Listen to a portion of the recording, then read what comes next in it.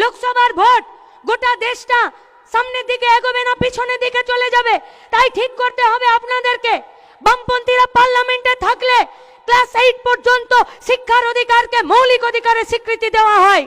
বামপন্থীরা পার্লামেন্টে থাকলে, ডিসিশন মেকিং এর জায়গায় থাকলে, শহর থেকে গ্রামে 200 দিন কাজের পর্যন্ত গ্যারান্টি এক করার জন্য সেখানে বিল পেশ করতে বাধ্য করে।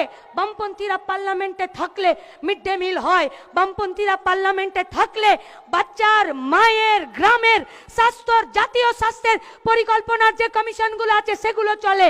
বামপন্থীরা পার্লামেন্টে থাকলে জল জমির অধিকার জন্য নিজেরা মাথা উঁচু করে বাঁচতে পারে। বামপন্থীরা পার্লামেন্টে থাকলে তুমি কত চুরি করলে, তুমি কত খেলে, তুমি কত বমি করলে তার হিসাব আরটিআই এর মাধ্যমে পাওয়া যায়।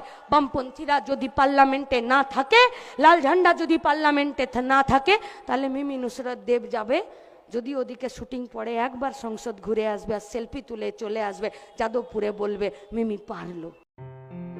আসন্ন লোকসভা নির্বাচনে রাজ্যের প্রতিটি প্রান্তে বামফ্রন্ট প্রার্থীদের জয়ী করুন।